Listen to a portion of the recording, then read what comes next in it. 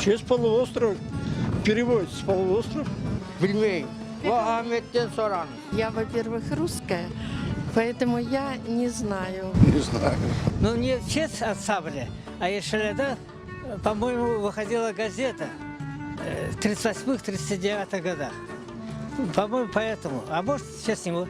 А просто Крым называется Ешеляда, Зеленый остров. В честь ансамбля Ешеляда названа эта улица.